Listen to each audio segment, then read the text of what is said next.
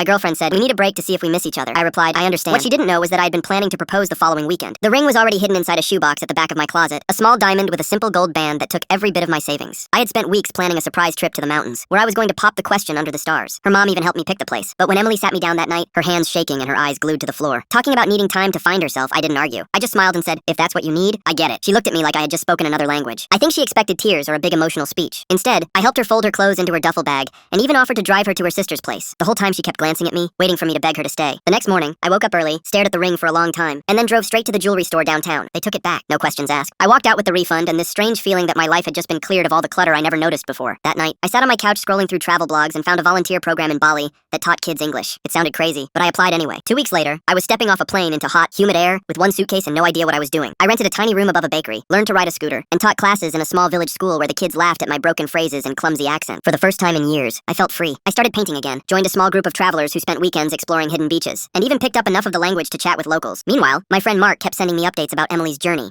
Apparently, she was going out every night, posting pictures with captions about self-love and personal growth. She looked happy, but I could tell she was trying too hard. 3 months later, I met Maya. She worked at a nearby cafe, loved to read old poetry, and always smelled like coffee and sunscreen. We talked for hours about everything, and one evening she invited me to help paint a mural for the kids at school. By the end of that week, I knew I didn't want to leave her side. Then one morning, my phone started buzzing nonstop. Emily, I miss you so much. I made a mistake. Please come home.